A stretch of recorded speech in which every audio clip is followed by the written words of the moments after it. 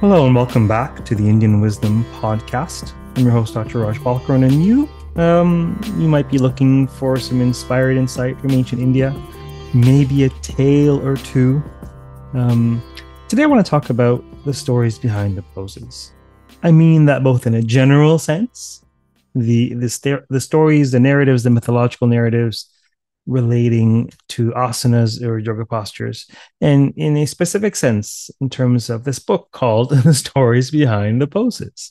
The book is super meaningful to me because it was authored as a result of teaching and the needs of students. I taught a course at Yogic Studies, fantastic platform, in 2020, the end of 2020, called Yoga and Hindu Mythology. And many of the students in the courses were themselves teachers, and one such teacher shared some of the content about the connections of Hindu mythology and yoga to her tribe. And one of her students worked at a publishing house and pitched this concept to her bosses, and they were interested.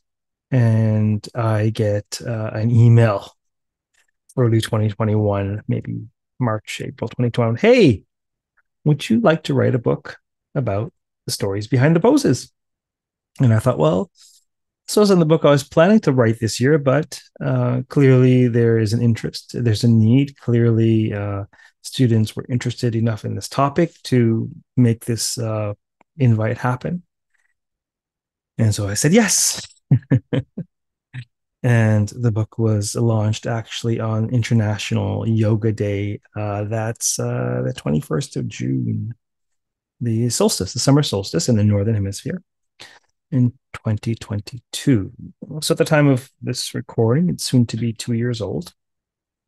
And really, the book has taken on a life of its own. It has appeared as part of YTTs. I've been invited to speak at YTTs via Zoom. I'm more than happy to. If you're interested, just reach out. I've run some retreats, some international retreats, drawing on the book and some of its themes, workshops, talks, you name it. But the most important thing to my mind is to raise awareness. Part of my mission has to do with ancient Indian stories, Indian mythology, raising awareness about the impact and the relevance and the vitality of these profound stories of ancient India. And however profound, they're often unassuming, right? Still waters run deep.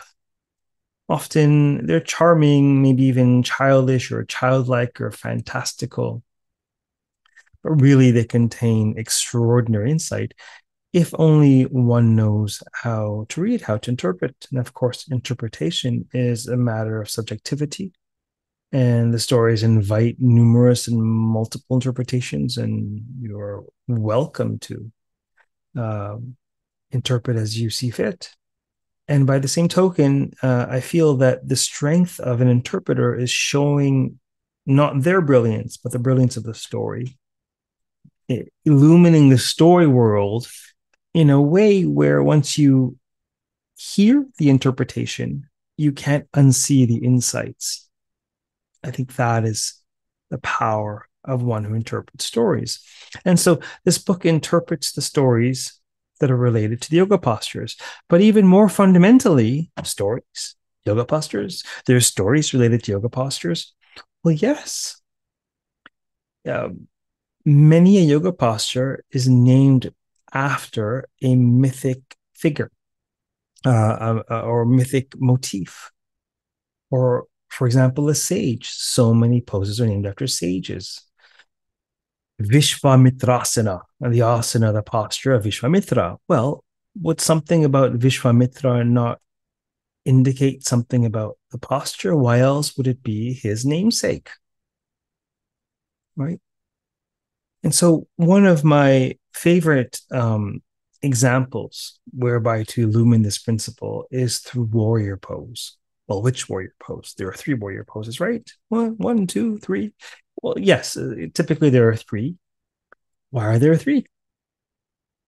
Well, there's actually a story behind warrior pose, which explains all three poses, because the poses actually indicate three plot points, 3 points in the plot of a story. The story of whom? Well, warrior pose is actually called Vīrabhadrāsana in Sanskrit. The asana, the posture, the pose of Vīrabhadra. Not just any warrior, but a warrior named Vīrabhadra, a very specific manifestation of Shiva for a very particular purpose. So, would not this specific manifestation with this particular purpose be relevant to its namesake, to its tripartite namesake? Of course. The analogy I use is, imagine if in some alternate universe, asanas came out of Western Abrahamic tradition. Imagine there was a pose called Moses asana or Moses pose where you had outstretched arms. Yes, think Moses, think the Ten Commandments, maybe think the actual biblical narrative if you know it. What's one of the seminal features of the biography of Moses? The story of Moses cannot be told without his role in bringing the ancient Israelites to freedom from bondage in Egypt. So goes the story. And a pivotal moment is when he parts the Red Sea. So perhaps Moses' pose, this asana with the outstretched arms, pertains to something of the mood, the mindset, the mentality that one might adopt in this mythic moment, parting the Red Sea. Now, what if there was a very similar pose with outstretched arms called crucifix asana, right? Honoring the crucifixion of Jesus Christ. Well, one might understand that pose very differently. It might be similar in how it appears with outstretched arms, but there might be very subtle differences in one's mood, mindset, mentality based on the mythic moment that the pose is connected to. This is why the poses have namesakes. Poses are much more than about being about the body. They are about experience, human experience, an experience to be had. Similarly, stories, much more than words and sentences, stories convey experience. And so there's an overlap between the experience of the asana and the experience to be found within the story. And perhaps one may inform the other. This is the premise. When folks ask, oh, the stories? There's stories behind the poses? Well, yes, this is along the lines of what I might say to them, what I've just communicated to you. And with warrior pose, there's so many, many, many, many warriors actually throughout Indic mythology. Why Vīrabhadra? Well, who was Vīrabhadra? Well, it's a good thing you asked. Okay. Once upon a time, Shiva, the great god Shiva, you all know a thing or two about Shiva by now. Shiva was living in bliss, in idyllic bliss in his sort of mountain shack, this mountain man Shiva. He was living in this romantic, charmed life with his consort Sati, Shiva and Shakti, right? Sati was his partner. Okay. But there's a really interesting story about how Sati became his partner. You see, Sati had admired Shiva for some time. She was quite enamored with this mountain man, however rugged, right? She came from a very hoity-toity sort of upper crust background. And her father, Daksha, was very, very proud of his heritage, of his Vedic heritage, of his social standing. And so when his own daughter fancied this mountain man, he wasn't really going to have it. Why not pick somebody more civilized? Someone who's gone to the proper schools, has the proper breeding, etc., etc., etc. But Sati's heart beat for Shiva alone, right? She knew her father would never accept him. In his mind, he was an unkept, unwashed yogi with matted locks, clad in little more than tiger skin, right? Covered in sacred ash. Okay. So her father arranges what's called sort of a swayamvara, so a bridegroom choice. And all of the eligible bachelors, think ancient Indian bachelorette, arrive from far and wide to be chosen by the by the maiden, the bride to be. And so Sati's on the balcony, and all of these young men are before her, and she has this mala, this garland. And the tradition goes that whoever she offers this garland to, this really is like, it's more than a rose. It's a string of roses. It really is like ancient Indian bachelorette, right? She offers an entire string of roses to say you'll be mine. And rather than draw it out for a whole season, it just, it's just this one episode. And so what does she do? She's on the balcony, and there are all these suitors beneath her. And she purposefully tosses the garland into the air. And just as she does that, she offers a mantra to Shiva. And Shiva appears perfectly positioned such that the garland would fall around his head, upon his shoulders, around his neck. And so, by the power of the ritual, there was no choice. The Swayamvara was completed, and Shiva, against her father's wishes, was to be her husband. And so she went off, and rather than live a glamorous life and um, among the who's who of the Vedic skies, she was content in her mountain shack. But her father was not a particularly forgiving soul, so he quite resented this. He saw this as a slight, personal slight. You know, someone has narcissistic tendencies when their daughter is pursuing their own happiness, where you see it as a personal slight. So what does he do? Because he's rather petty. He decides to slight them back. So he decides to hold a huge gala affair, a huge Vedic sacrifice, and in fine style, and he invites everyone to attend except his own daughter, Sati, and of course his mountain shack abiding yogi matted hair son-in-law Shiva.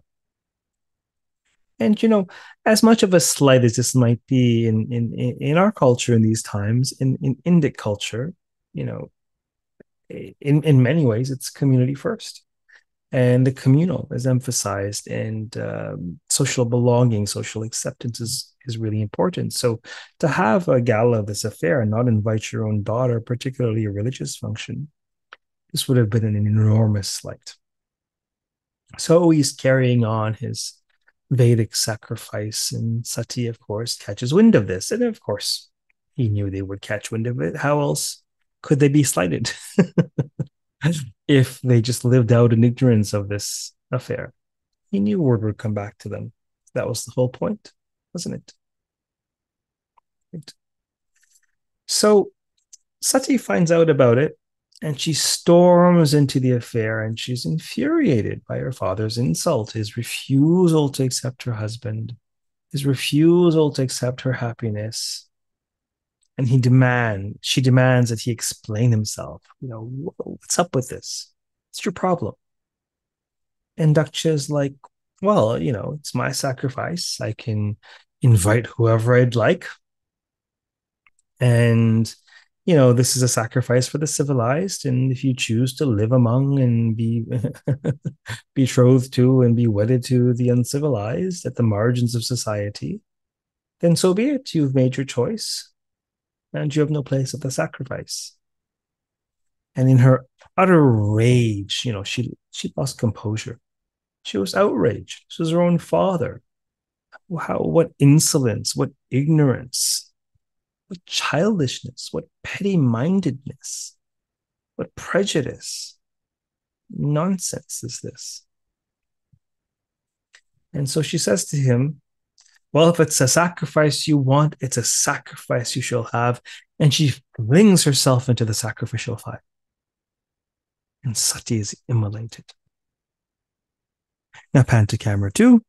And Shiva is, doing some spiritual practice in the mountain shack. And, immediately he feels a great disturbance in the force, so to speak. So he zooms in with his, psychic remote viewing, his third eye apparatus. Pardon me. Yes, his third eye, sixth chakra, but third eye, his Agnya apparatus. He zooms in and he is aghast at what he sees. He sees Sati being self-immolated. And he understands the context of her trying to teach her father a lesson, her insolent, ignorant, pig-headed father a lesson. And Shiva is super sad for a moment, but how do we cover up sadness often? Anger. Whenever there's anger, it's actually covering up another emotion. Typically sadness, sometimes shame, sometimes the list goes on. But anger is always a protective scab over an emotion that renders one more vulnerable. And so Shiva, he was outraged. His wrath, and this is the great destroyer, right? Who was very, very powerful because of his austerities, because of his practices. And so he is outraged. And what does he do? He rips out a lock of his jata, of his locks, of his dreadlocks, his matted locks, the powerful matted locks of many, many, many years and decades of practice. He rips out a lock, he throws it on the ground, he utters a mantra, a powerful mantra. And from this lock, empowered by this mantra, a being emerges. Vīrabhadrā. Yes, this is the Vīrabhadra of Vīrabhadrāsana. This being emerges, terrifying, maniacal, an embodiment of the rage and wrath of Shiva. What could possibly come of the rage and wrath? This idea that, is there something as, divine wrath, dharmic wrath even? Is it not a time for outrage?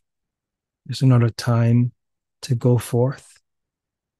Is it not a time when folks need to be taught a lesson? How do we fight great tamas, great darkness, great ignorance? This is how. There's a time and there's a place. So Vīrabhadra looks to Shiva for his orders, his instructions. And Shiva gives him his instructions. Go forth and desecrate the sacrifice of Daksha and dismember Daksha himself. Vīrabhadra accepts. He sallies forth. He arrives on scene. All the guests disperse in utter terror. He desecrates the sacrifice. And he decapitates Daksha. This is the end of Daksha. Sort of. Not quite. More on that momentarily.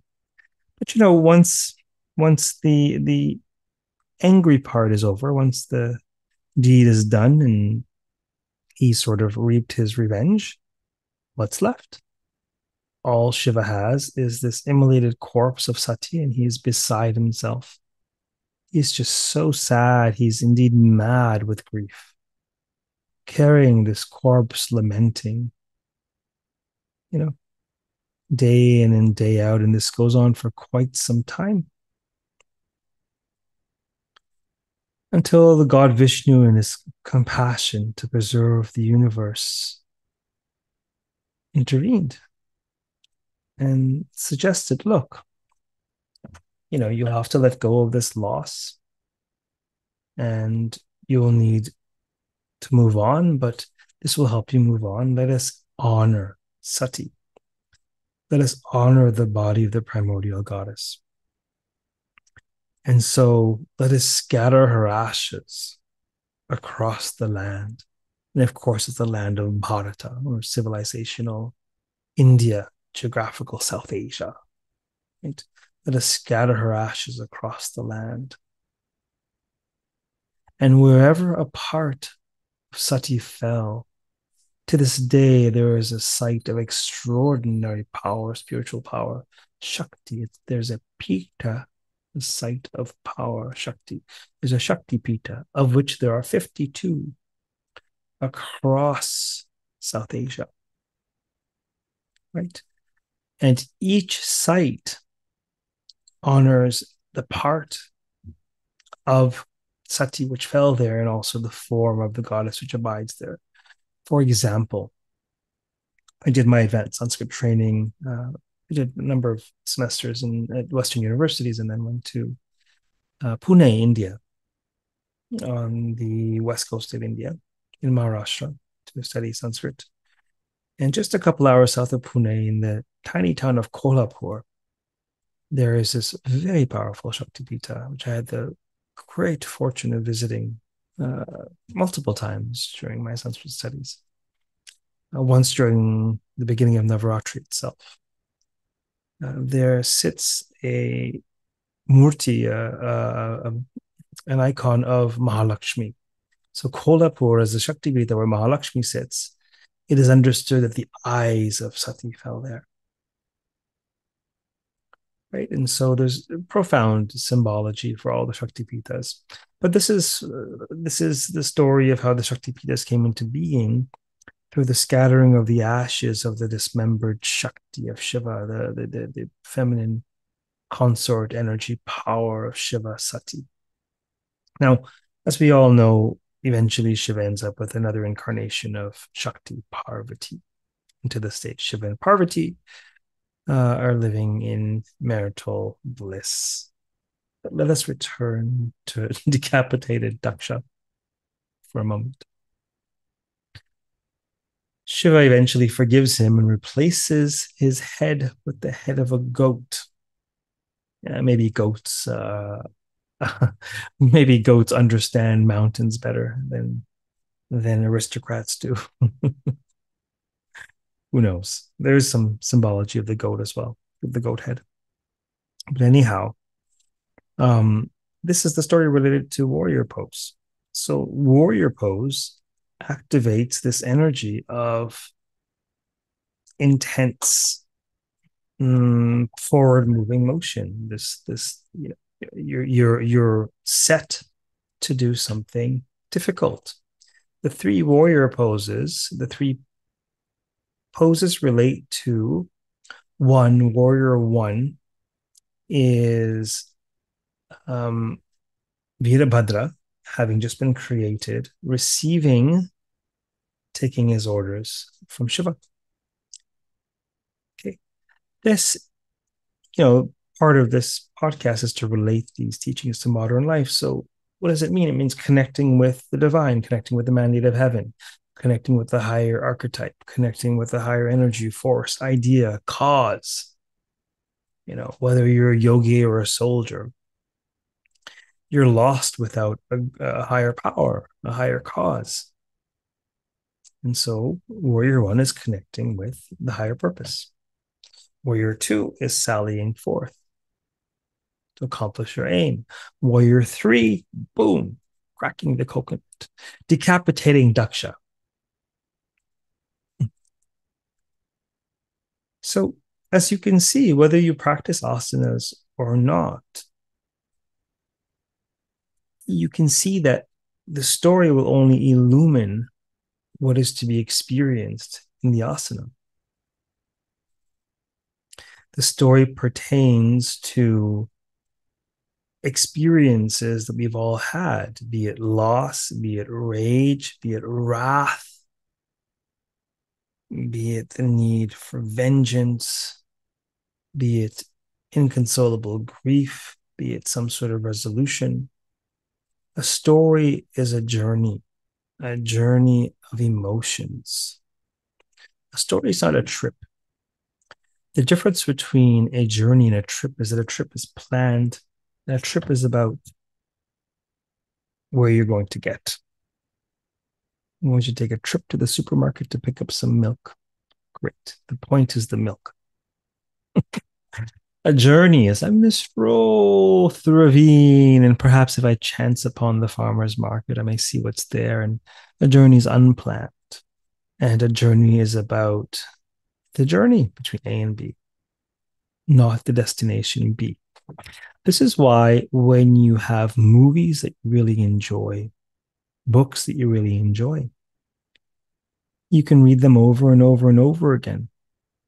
And you enjoy them because it's, you know what's going to happen, but it's not about what's going to happen. The idea of spoiler, the whole spoiler thing's nonsense. It's not about what's going to happen. It's about the journey of how you got there. Even if you know what's going to happen, it's the experience. You know, if you watch A New Hope over and over again, or whatever, your favorite novel, it's about that journey of consciousness to get you there. Because there is a profound experience and a transformation or two that is embedded in that journey, and that's what you enjoy. Undergoing that movement of the mind, that journey, that transformation of consciousness again and again and again. Such is the power of story. And in this case, such is the power of story to illumine or even improve the embodiment of asanas, the embodiment of yogic postures. So what does this mean for you? I mean, if you are doing asanas, perhaps have a look at the stories behind the poses, whether through the book or whether you Google some namesakes and look at the Wikipedia articles or what have you. See how the story might impact your practice. I mean, maybe you'll engage the story before your practice. There are various ways in which you can incorporate that. Actually, there's no shortage of curriculum at the Indian Wisdom School, for example, if that's of interest to you. But I'd say more important than the actual practice of the asanas is what happens to your mind and to your life, the understanding that the story gives. And you reflect on it. How do you see the world differently? How do you see others differently? How do you see yourself differently? What do you learn about the human experience by virtue of the creation of Vīrabhadrā? Perhaps you're a pacifist. Okay. Well, ahimsa, ahimsa, ahimsa. Sure, this is the crown jewel of Indic philosophy, without question. Is there a time for war? Is there a time for vengeance? Is there a time for violence? Under what conditions? Wielded by whom? These are important deliberations. And all of these intellectual, philosophical, moral deliberations, they're all being had, but they're being had in the playful, unassuming garb of narrative. They're all happening unconsciously in the very characterizations and the motions of stories such as this. Now, I hope you've enjoyed hearing this story and snippets of how it might be relevant to your life.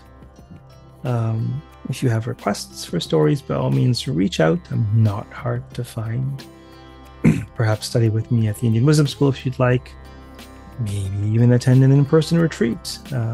If you'd like a contribution to your yoga teacher training program, if you're running one, I'm more than happy to contribute if timing and such works out. By all means, reach out.